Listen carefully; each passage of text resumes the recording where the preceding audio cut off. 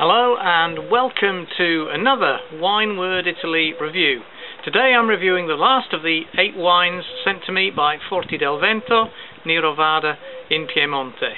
The first is Ottotori, an Ovada DOCG, a denominazione di origine controllata e garantita. This one here, 2009. And the second, another DOCG. This one is the Podej, or Podej, I'm not sure how the J is pronounced in Piemontese. It's a Barbera del Monferrato Superiore, again 2009.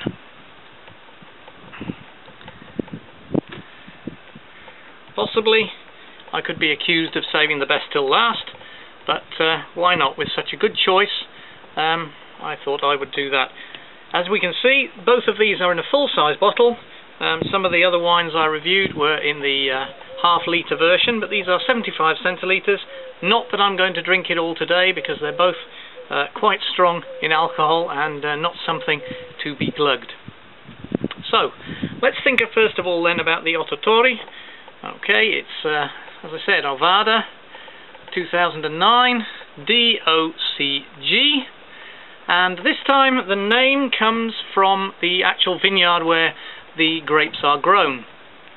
The denomination Dolcetto di Ovada Superiore first became a DOCG by decree on the 6th of July 2005 and was published in the official gazette on the 30th of September 2008.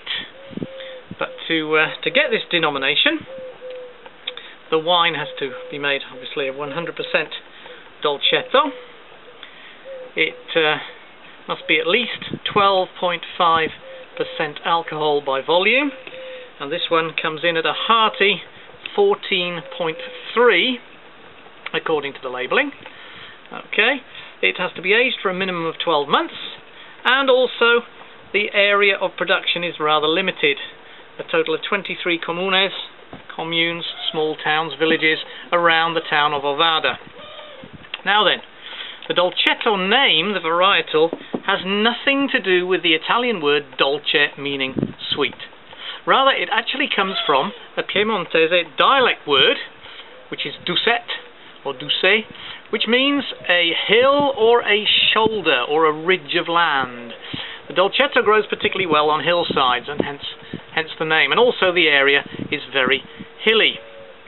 It was also known in the past as Uva ovadensis, which is literally the grape of Ovada. It produces a wine that ages well, but is equally good drunk young. Now, as I said, this particular one is 14.3, and it begins its journey from vine to bottle at the end of September, being manually harvested into crates to prevent damage to the ripe fruit. Let's have a pre-sniff with this. Oh, I'm in for a treat, I'm sure.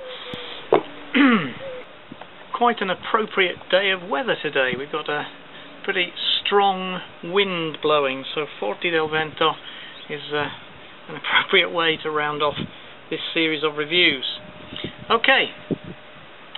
Vinification of this wine takes place in stainless steel vats for up to 3 weeks, and then it's aged again in steel on fine lees and finely matured on a mixture of both old and new oak, lightly toasted tonneau for 12 months. We should serve it between 18 and 20 degrees, that's 64 to 68 Fahrenheit. So without any further ado, let's get some in the glass.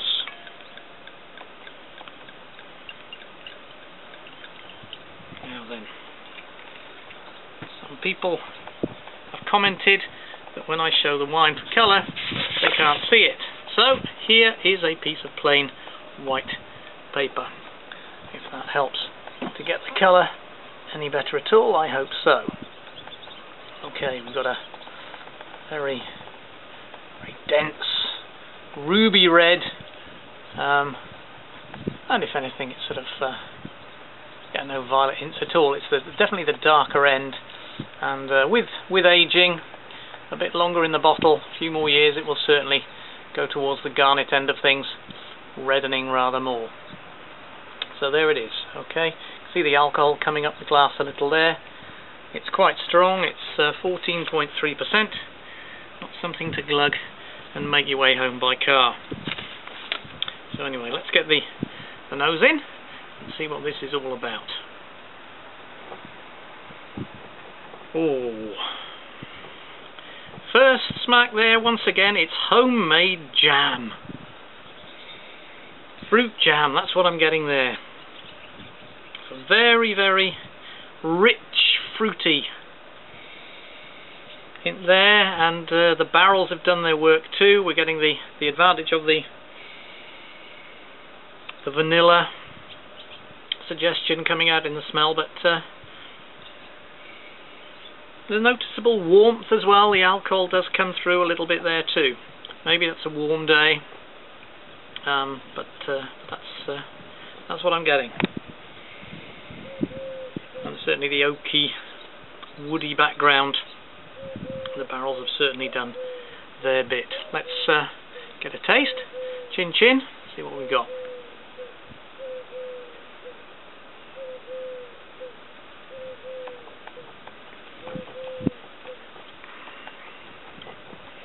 Splendidly dry, but not cutting. Nothing unpleasant about that at all. The warmth of the alcohol, of the vanilla-y taste, the oakiness, takes away any sharpness of edge from the dryness there.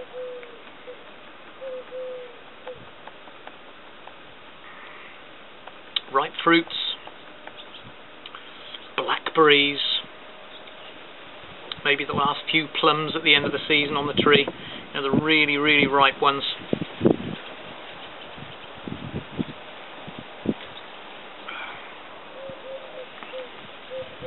And possibly something warm at the back there, maybe a little almondy kind of suggestion.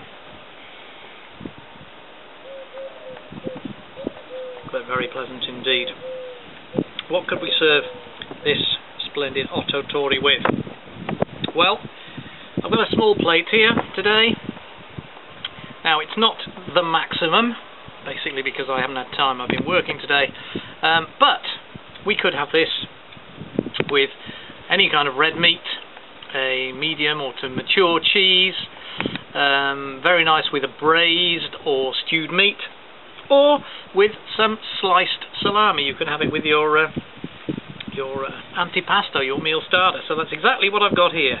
I've got a few slices of no garlic salami. No garlic because I'm tasting another wine. I don't want to lose the taste. Okay, so try that. A bit of dry bread as well.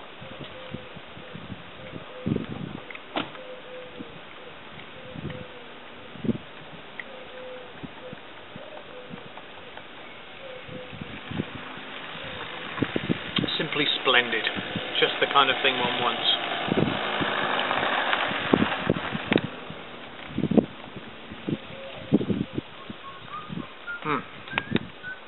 Yes, we'll have to imagine the heat and the sunshine today. We're a few degrees cooler and we've got a strong wind, but the tastes are still here.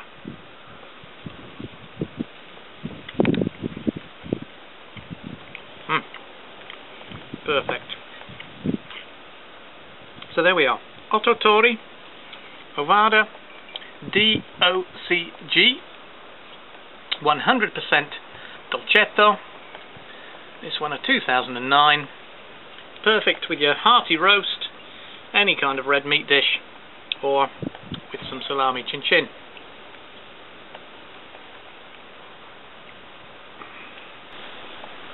The last of the 8 varied wines from Forti del Vento is this one, the Podej, a Barbera di Monferrato Superiore DOCG. There's the back. This one is a 2009. And for this wine, I went to their website. And and it poses a question. It says, is it possible to produce a high-class Barbera in the heartland of the Dolcetto?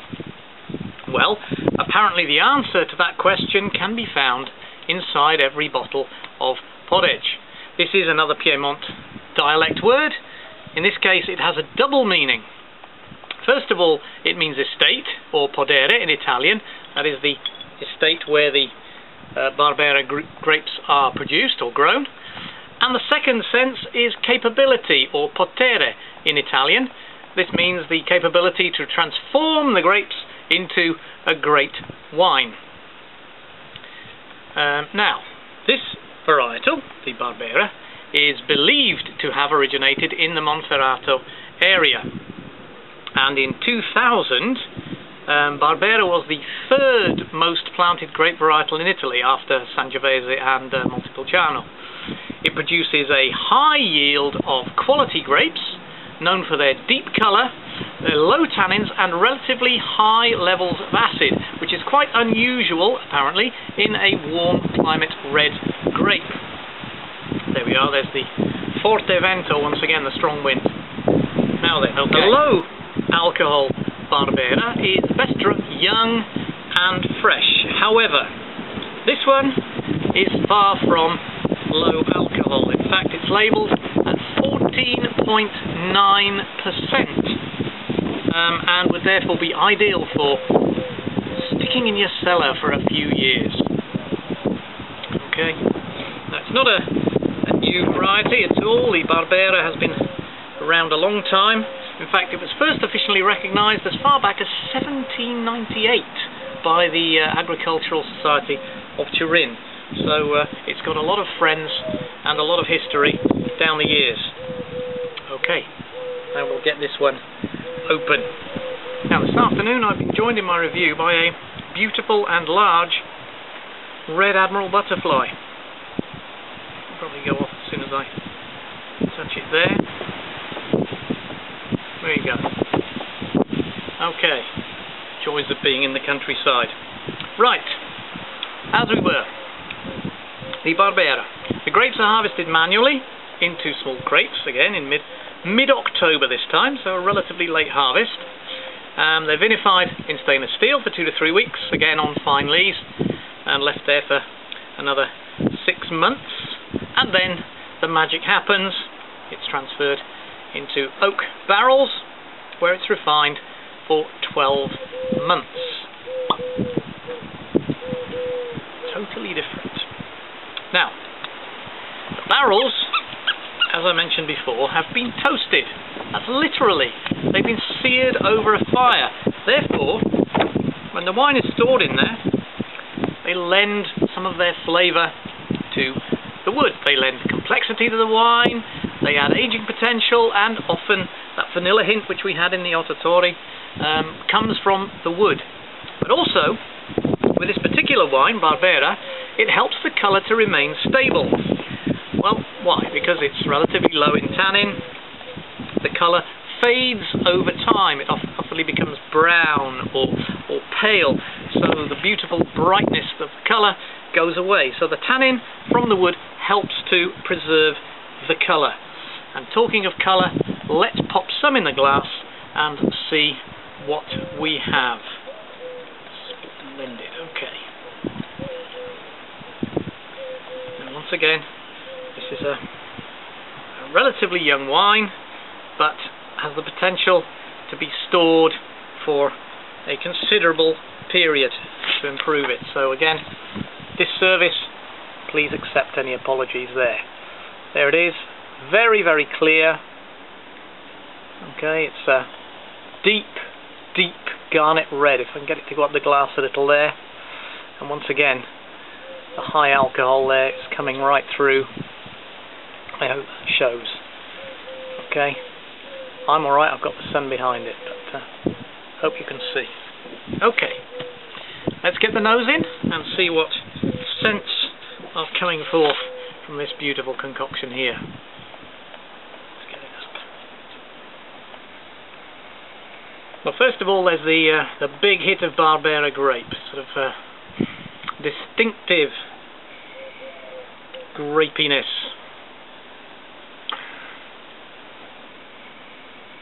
There's the vanilla, a bit of alcohol as well. There's something bitter in the background too.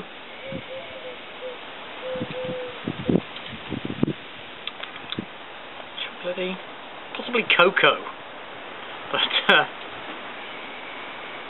that's the kind of background scent. But mainly it's the typical Barbera there, and also the vanilla coming through from the barrels. Okay, let's get the taste going. Let's see what we've got.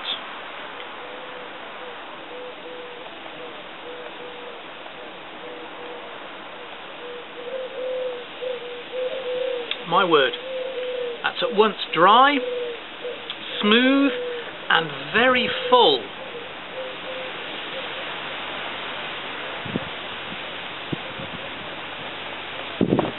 It's got the almost crisp taste of the Barbera grape. Very fresh. The warmth of the vanilla, the tannins of the barrel are certainly there. But although the Barbera is famously acidic, that is not unpleasant on the palate at all. Quite a well-rounded flavour. Jolly good. So what am I going to have this with? Well, today I'm limited once again, but it would go with red meat, with game, with stews, stuffed meats or mature cheeses. So, of all those, let's have a look at this. I've got a 24-month-old Grana Padano to round off the review. Let's see if this one can do justice to the Podej Barbera di Monferrato Superiore.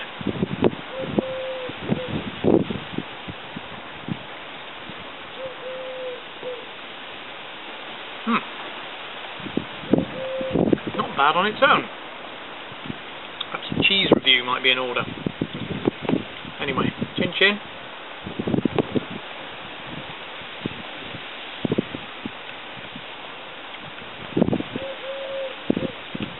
That's a good balance. I can imagine myself on a less windy day,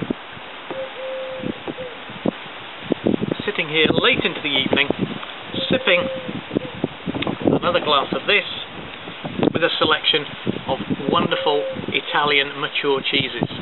But for now, that's all from this review. I'd like to thank both Tommaso Armento and Marco Tacchino once again, the main men at Forti del Vento, who I hope to meet soon, and I'll see you very soon on Wineword Italy Reviews. Chin chin!